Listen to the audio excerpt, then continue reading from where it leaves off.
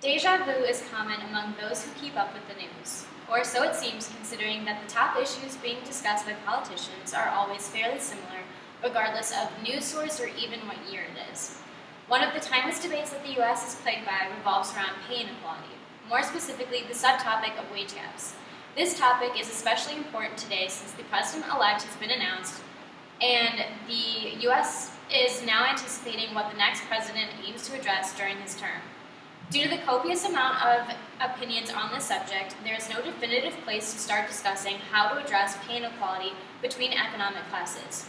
In other words, the U.S. is in a cycle of discussing but not addressing the problem of how the layout of the United States economy gives wealthier citizens an advantage.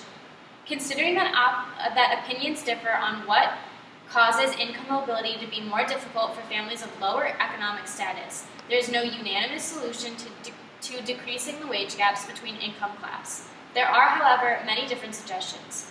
One of those suggestions comes from Deidre Bloom, who is a faculty associate of the Population Studies Center and the Survey Research Center at the University of Michigan, Ann Arbor. Bloom's opinion differs vastly than others. Her stance relies on the evidence that as pay inequality rose, income mobility appears to have remained stable. Bloom's argument is that if pay inequality inhibits income mobility, then income mobility should have decreased. Because it didn't, Bloom believes the two are not related, and therefore pay inequality or wage gaps are more of a natural effect of having a capitalist economy rather than an issue. Miles Korak, a professor of economics, disagrees with Bloom. Korak believes opportunities stem from resources, and when wealthier families can afford resources such as higher education and tutoring, children of families that cannot afford those resources fall even further away from reaching the standards that allow for well-paying jobs. That lack in resources furthers the distance that lower-class families have to go to find the same opportunities people of wealthier standing are more easily exposed to. Similar to this view, Patricia Smith further studies Korak's understanding of the influence of incentives given from a parent to a child in her research. Patricia Smith, whose work has been published in the academic journal Social Indicators Research, found in her data that the only statistically proven relationship between the wage gap and income mobility is seen when downward income mobility and an increase in the wage gap is experienced at the same time.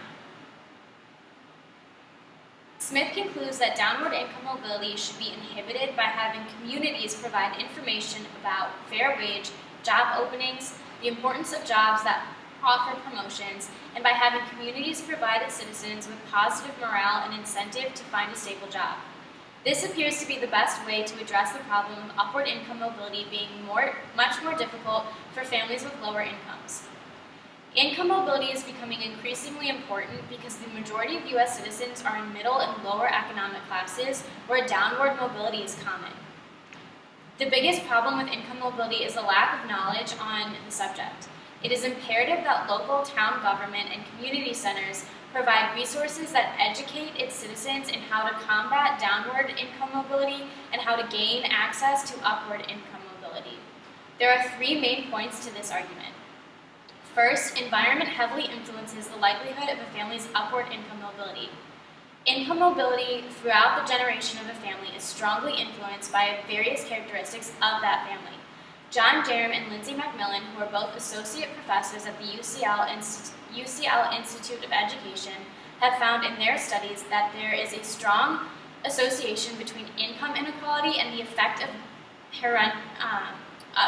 parental education on offspring's earning.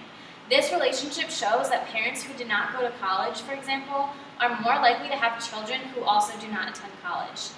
This cycle leads to that family staying in the same income level intergenerationally.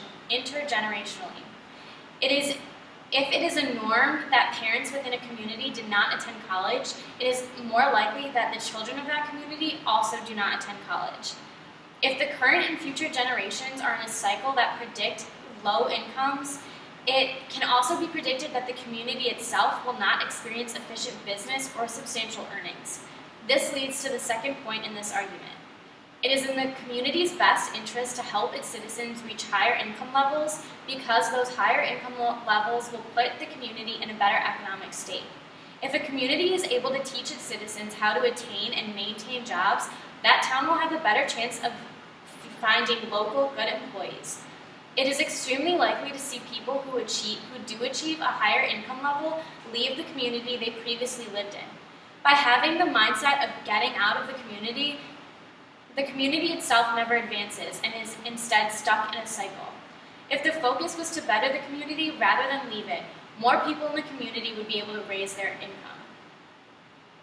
Lastly, some people may be against this idea since it would require rebudgeting or raising taxes in that community in order to provide the resources. Some may disagree because they believe public schools should be responsible for providing such resources. However, school systems have been losing a long battle to get more funds. Adding the responsibility of providing job opportunities to a school's curriculum is just not possible with all of the school's other obligations. By giving a community the responsibility of providing resources, the aspect of community pride is heightened and local opportunities that are relevant to that town are highlighted. This enhances local business while also providing jobs for residents. It is in the community's and school's best interest to give the bulk of the job to the community and have the school systems encourage the community's programs. Deidre Bloom believes one of the main reasons children do not advance out of their parents' income level is because there is a lack of moral support and incentive to do so. If school systems enacted rules such as rather than attending a detention, a student attends 2 classes at the community center on the subject of how to go to a job interview or what jobs provide opportunities to be promoted to higher level jobs, encouragement and morale is provided by both school systems and the community itself. This helps to break the cycle of a child inheriting his or her parents' inability to move upward in economic status. Keeping up to date with the news should not induce deja vu. The U.S. has entered into a cycle of debating the same issues without actually addressing them. The debate on pay inequality is still ongoing because previous solutions only provide ways out from a cycle but do not break the cycle itself.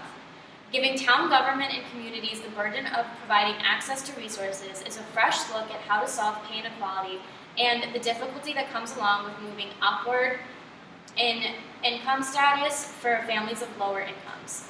This solution incorporates the views of many different opinions while taking a different approach than previously tried. It also enriches the ties to the community by having citizens work together and share each other's success.